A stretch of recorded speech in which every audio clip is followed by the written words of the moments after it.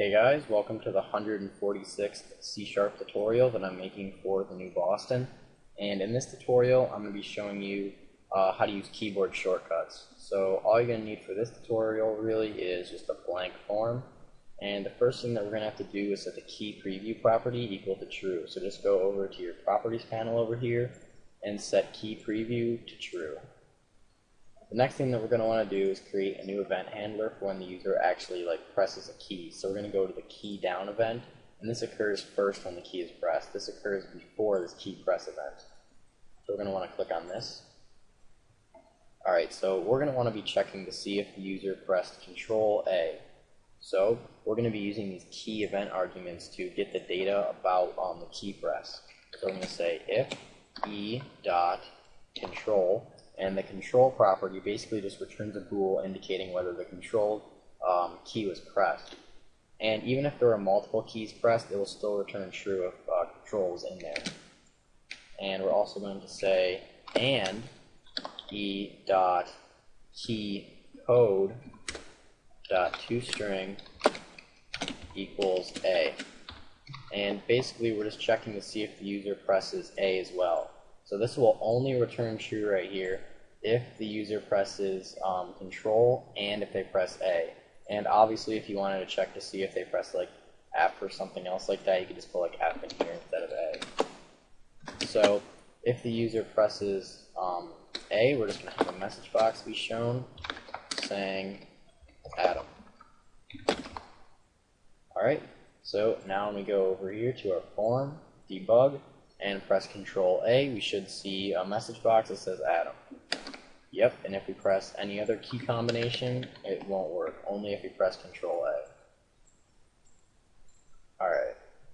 Now, what if you wanted to make it so that it will only happen if the user has their cursor in a text box? So what you're going to want to do is just drag a text box over to your form, and what's different between a text box and your actual form is there is no key preview property, so you don't have to worry about setting anything to true. And then just like before, you're going to want to go over to the Events tab over here and go down to Key Down. Alright, and then we can just use these key event arguments just like before to see if the user types something. So we're going to say if e.control and e.keyCode.toString, and we're going to see this time to see if it's they press Control F.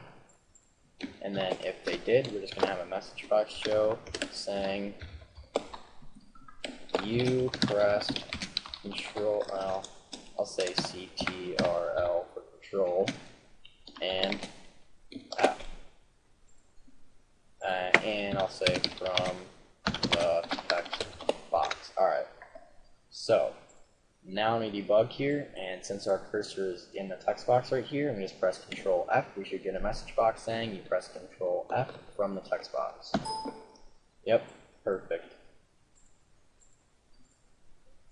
Alright, and you can also do things from other keys. There's not only Control inside of this key event args class. You can also check to see if they press Shift or Alt as well. So if you wanted to see if they pressed Alt and I don't know, B, then we'll say Alt here and B.